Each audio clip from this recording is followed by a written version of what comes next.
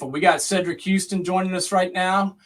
Thank you so much for coming on the program today. We were just talking a little bit about fall camp getting started, and wanted to take you back when everything went down and you came here to Knoxville and got on the field. What was that like? What was the recruiting process like for you?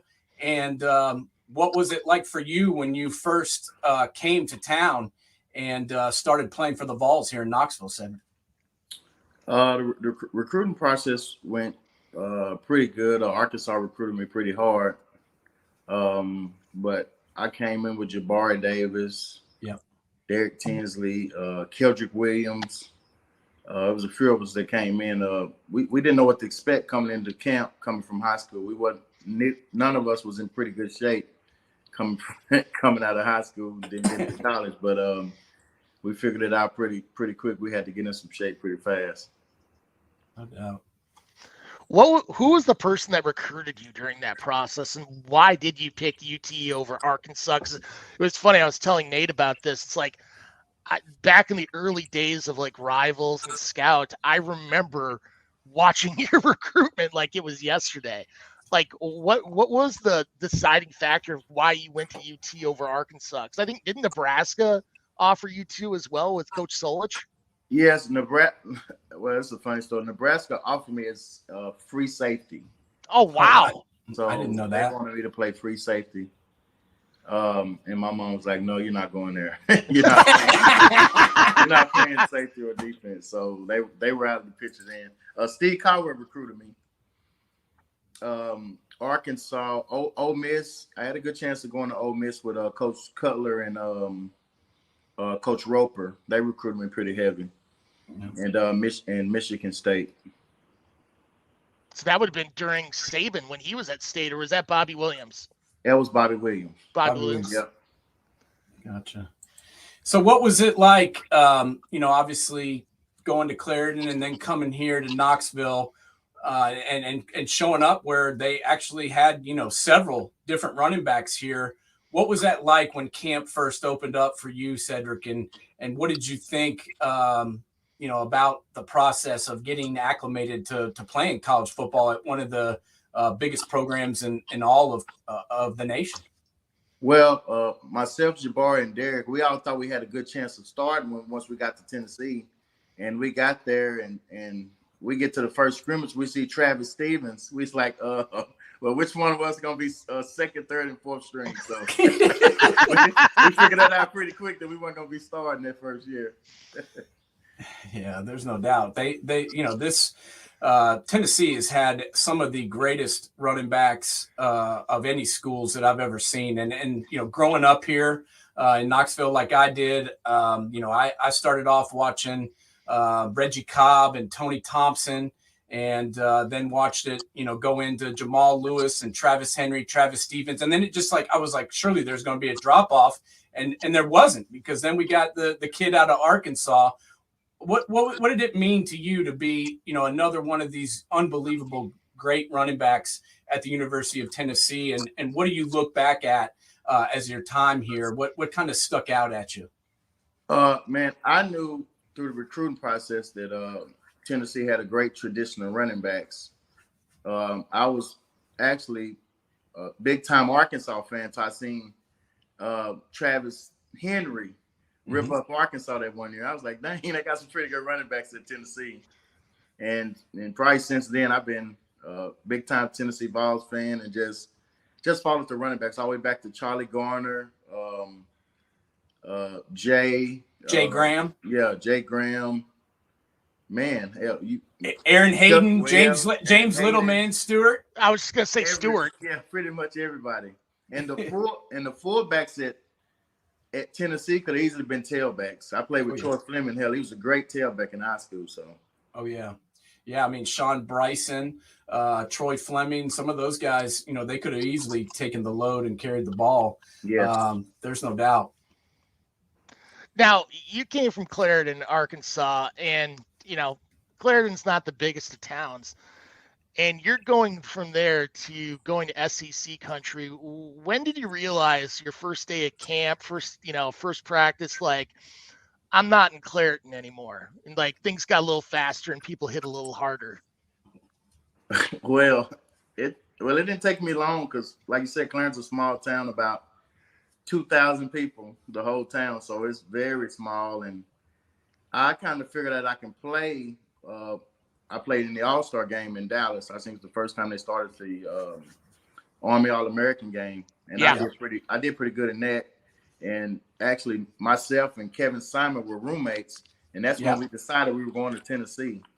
At the time, we didn't know where we were going, and we were roommates at that game, and we said we're both going to go to Tennessee. A lot of people didn't know this story. That's when we decided we were going to Tennessee. That's pretty cool. I didn't know that. He was from De La Salle out in California, if I remember correct, and played in that game as well. So, I mean, it was fun to watch you, Cedric. I mean, I remember those days, and I remember that that game against Texas A&M and the bowl game where you guys ran all over them. Just talk to us a little bit about the offensive lines that you guys had there, and some of the dudes that did the blocking for you. When you were the running back at Tennessee? Oh, man, where do I start? Scott Wells, Anthony Herrera, Will Offenhusel, Aaron Sears, Robert Smith, Albert Tahina, Eric Young. Man, I could probably name them all from my sophomore year. Jason Resford. I mean, I could probably name them all from my sophomore year. So. Nice. Now you're coaching you're back in your hometown. You must have had a ton of mentors or people that gave you great advice during the process, either coaches, fellow players. Who were those people, and what are those things that you've taken to help build the culture and team in Clarendon today? Well, actually, my high school coach, Bobby Hart, he was pretty good during the process. A lot of people thought he was the one that steered me to going to Tennessee, so he got a lot of backlash after that.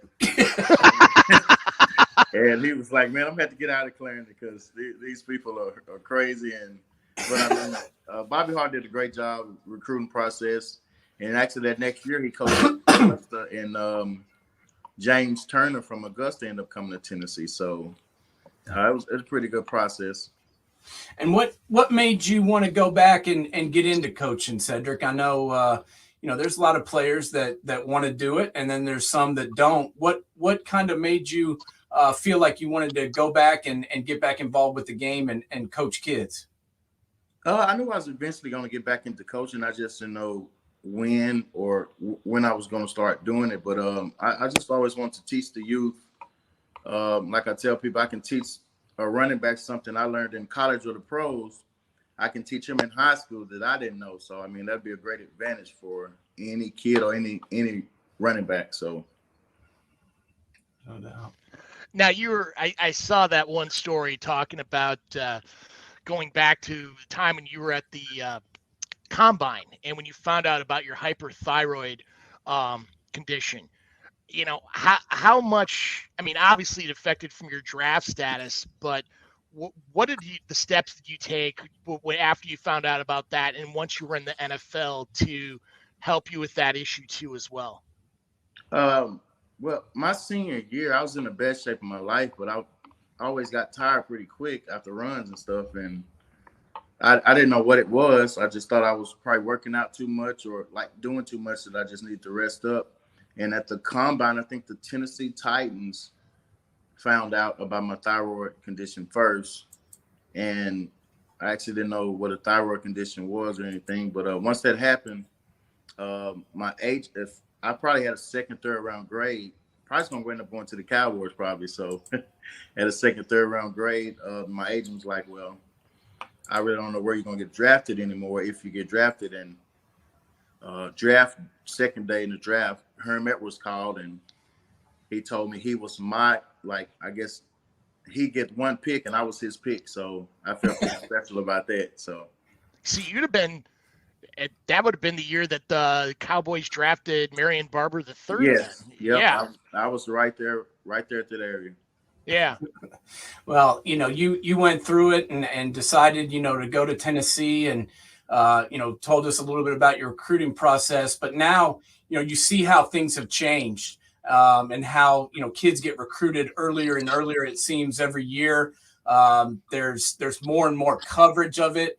What do you think is the biggest difference between what kids go through now and what you went through back when you were trying to pick a school? Man, this is social media, and I'm glad social media wasn't around when I was at Tennessee and when we were coming up. So I wish it wasn't around. No, to be yeah, honest. we kind of dodged that bullet. Me and the guys that I came up with at Tennessee.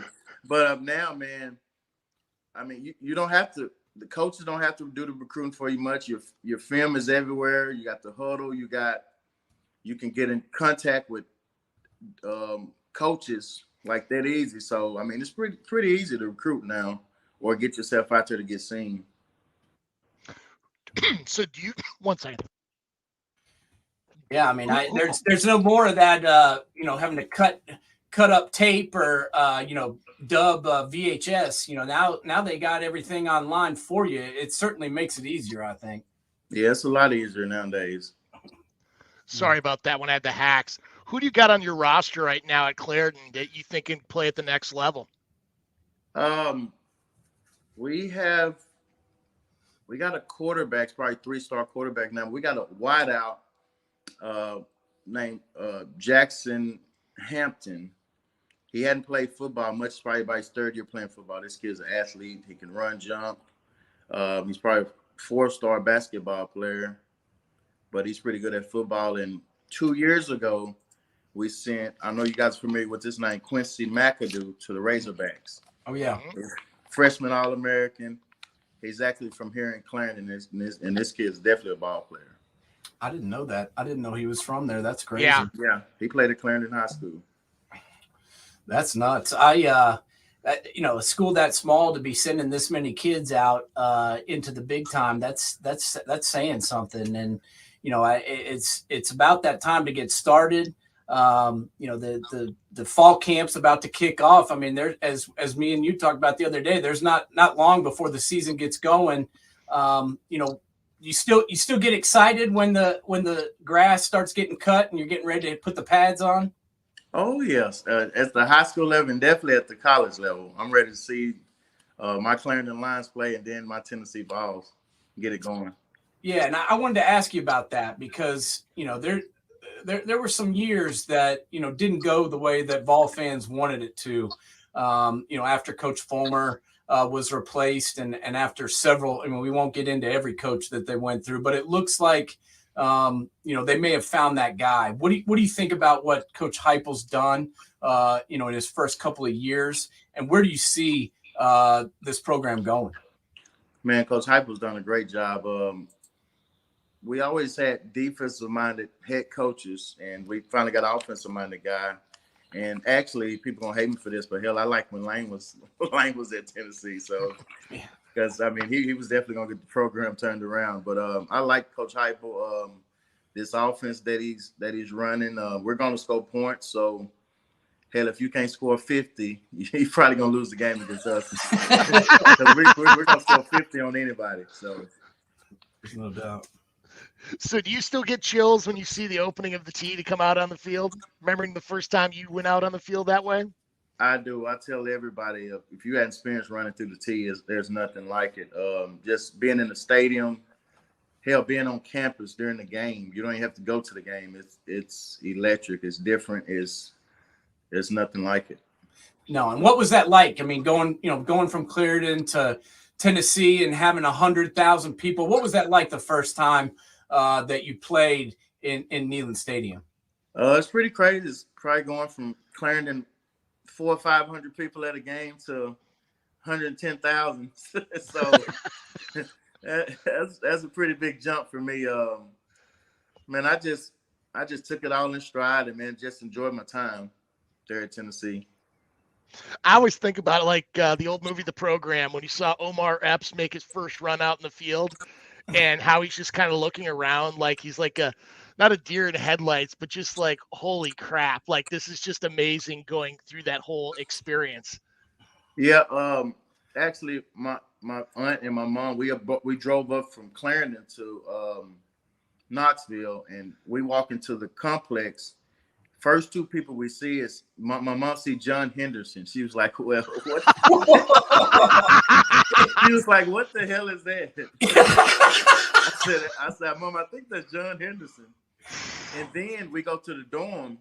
We see Jabari Davis, full beard, 240 pounds, freshman. She was like, "Son, is that Jabari?" I was like, "Yes, ma'am." She was like, "Damn." She's like, "You sure you want to go here?" I was like, "Yeah, I'll be all right, Mom." No, hey, and you know, there's these kids. You know, some of them are just going to be stepping on campus for the first time, and you've been through this. You've been coaching kids now. What would you tell kids, you know, that are being recruited? What advice would you give them as they try and, you know, pick a school, and also after they picked one, once they first get on campus, to get themselves ready to play?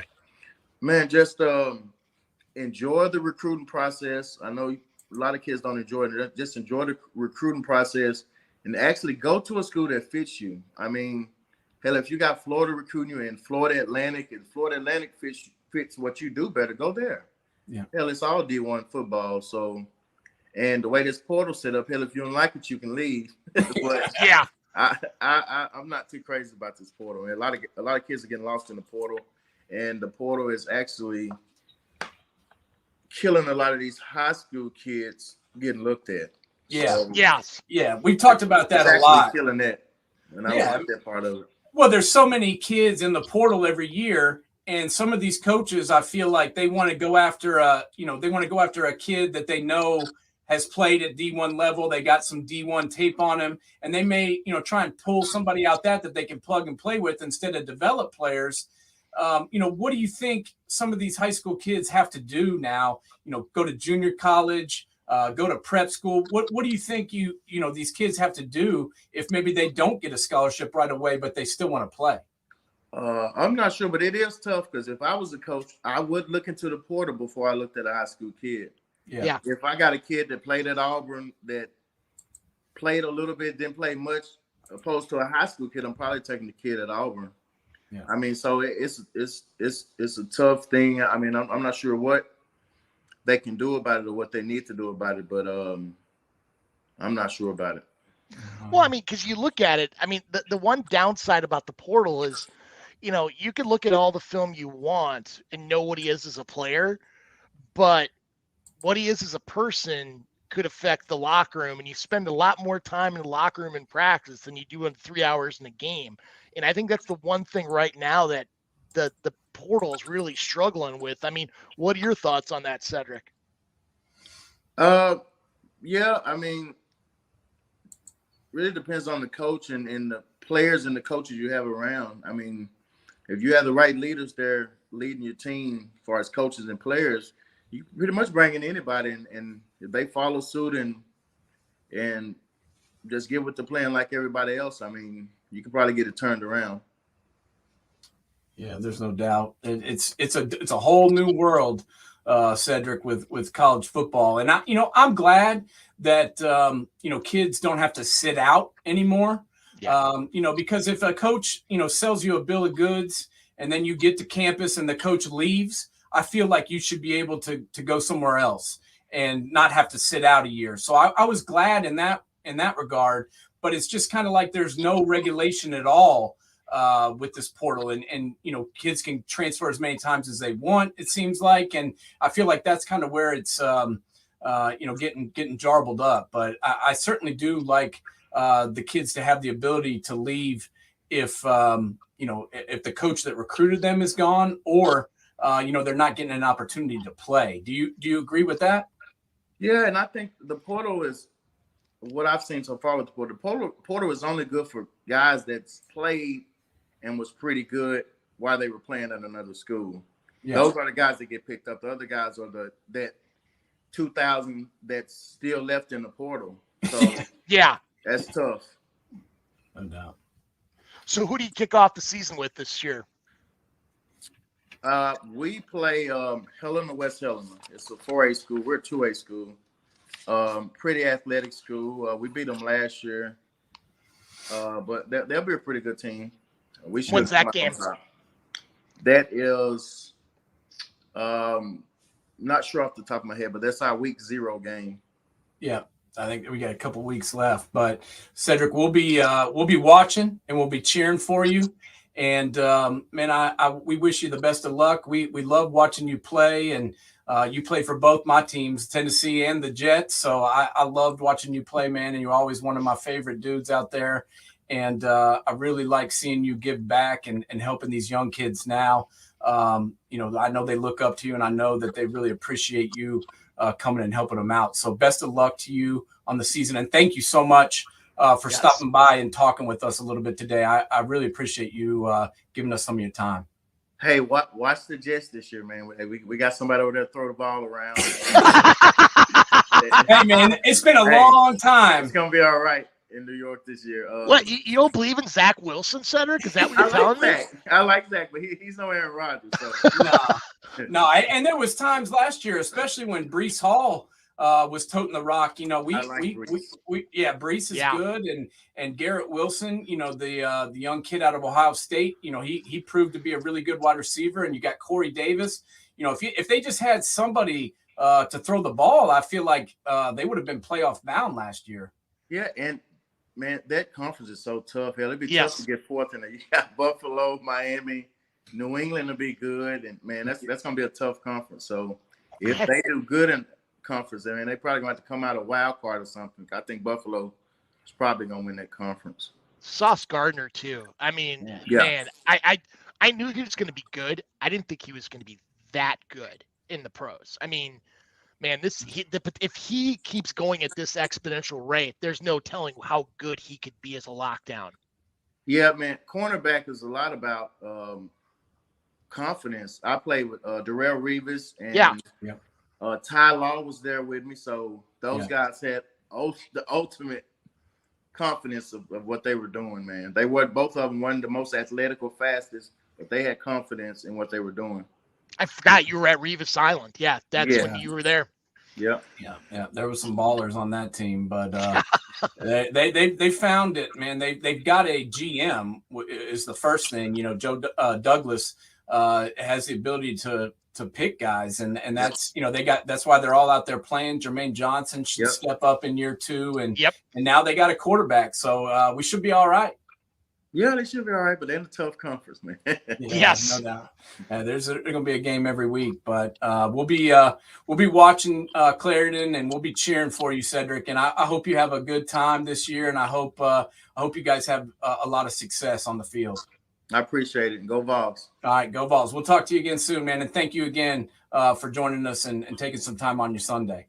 Thank you, Coach. All right, see you.